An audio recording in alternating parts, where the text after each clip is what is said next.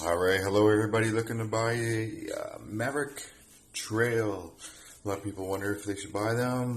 This one is a base model. I found it was more than adequate. Lots of accessories and everything. It'll get you everywhere you need to go. Do you need the power steering? Honestly, if you're just a little trail person, I don't really think you do. So this is just a picture here to show going through the tunnel the same as the X3 coming up. Show the difference in what they crawl through. But other than that, great units. We tipped a little sideways here and got stuck once. Just went into a hole way too slow. But yeah, all day it was a blast. I highly recommend getting one of these if you're looking for exploring around, and I think it's a great So it unit. looks like we're going away this weekend. Going for a group ride, group camping again to where we forgot to bring the side-by-sides. Well, decided not to, and painfully regretted it. No ATVs, no side-by-sides. There's too much snow on the ground. It's a lot more rideable up there now. So, buddy's come down from Salmon Arm up in BC. Probably seen some videos riding there. He went with two ups. Did them well for a little while, and then the little girls grew up a bit, and he just wants to get booting in a different way. And so this is his last purchase, most recent one, which is a 800, beautiful little 800 Maverick, which honestly for the trails is gorgeous size machine. It's nice and narrow, get through everywhere. One thing I like about is the wheelbase, just for a nice, less choppy ride for these little guys. But we'll see. It's a long thing to turn around and all that kind of stuff, and see what the turning radius is like. I've gotten permission to give it the test drive and give this a review, so we're going to go through it all. Once we get up there, we can take some time, see what it can do, try to show what it's like in the trails, and all kinds of different things. So yeah, this is the 800 model. This is the base 2. Doesn't have the doors on it, but he's put a winch on. It's got nice new modern look. I like it.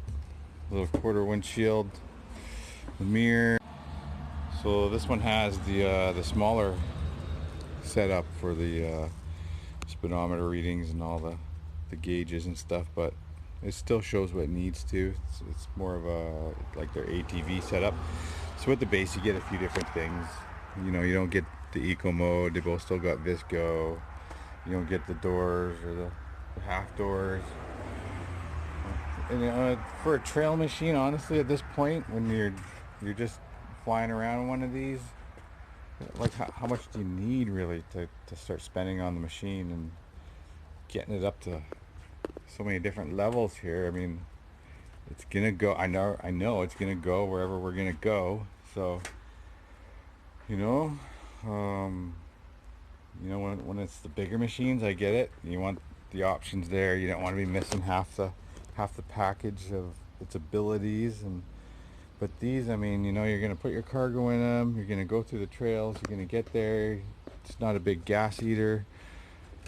Got lots of legroom. Look at the crazy legroom in here. And one of the things I found, when the sport models that are wider, it's decent. That extra little bit of room is so huge. But these trails is pretty tight. Obviously, it's only 50 inches wide.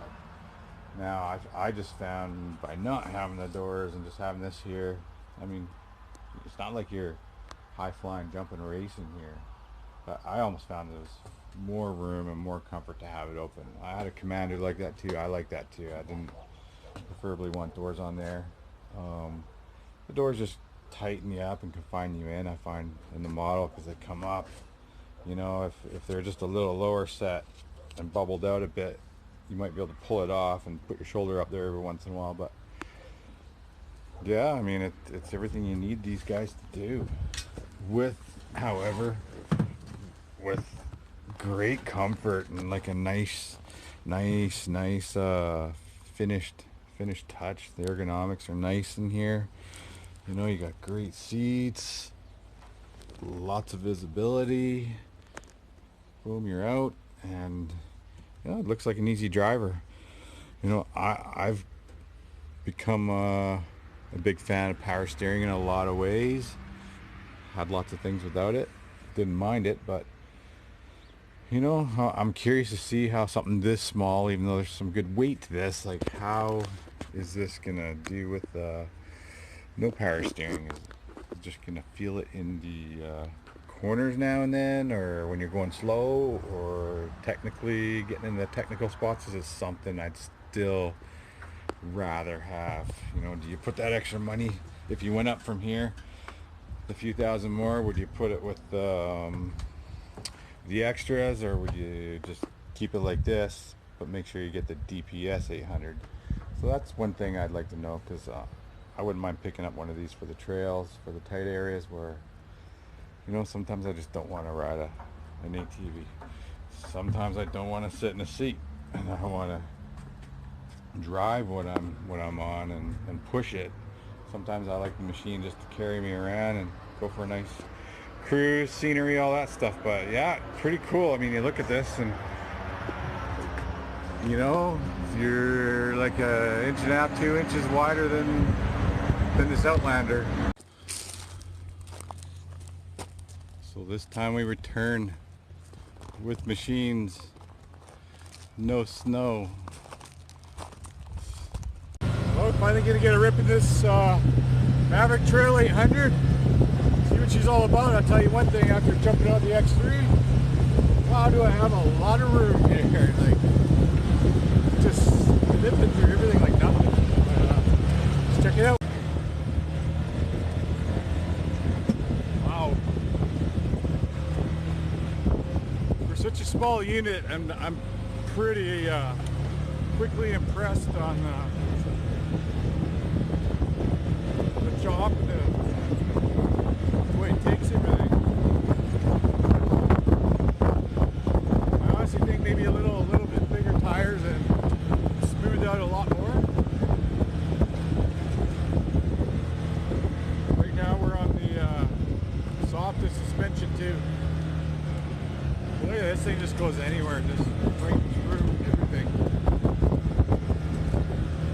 So the 800 is 50 horsepower and the 1000 is 75 horsepower.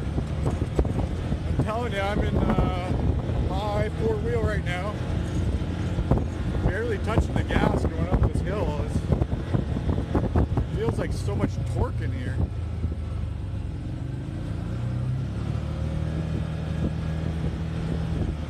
I had to hold back here. I just want to go from a dead stop here and see how much torque this sucker has going up a hill. And I know in low it'll have tons. I'm just going to try it in high anyways here.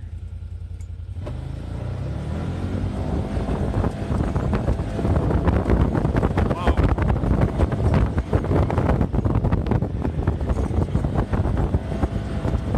I can't believe the stability though, like we're narrow, because the length maybe helps it out, but man, does it hold up and down straight.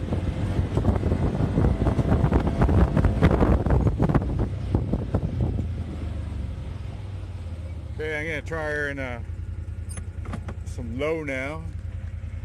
I know these hills don't look like as much as they are, but they're pretty good. Woo. So it looks like 40 is about kind of its back spot it wants to go. Well, 30k up the hill, like wicked torque. No sign of it being tired right now whatsoever.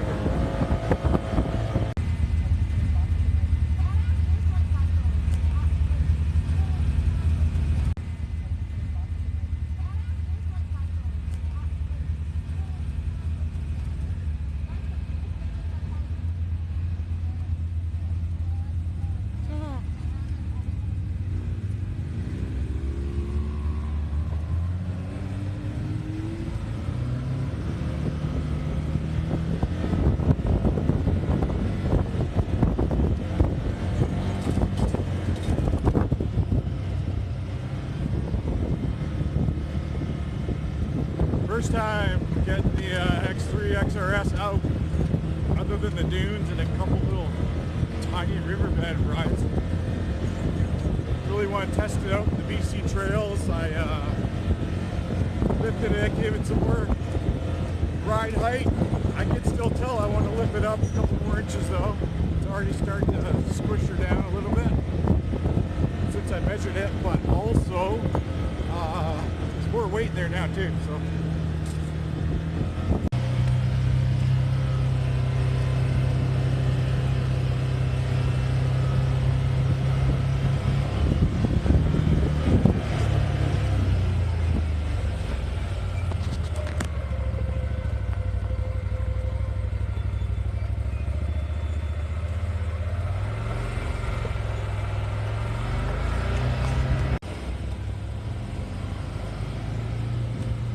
Well, we're doing it all, snow everything in this trail. It reminds me a lot of the Commander in certain ways, and the torque, engine brake wise, the way it claws and gets you around. A little less power than the 800 Commander, just the way it's dialed in and everything, but like I say, the torque's still there. It pulls you through.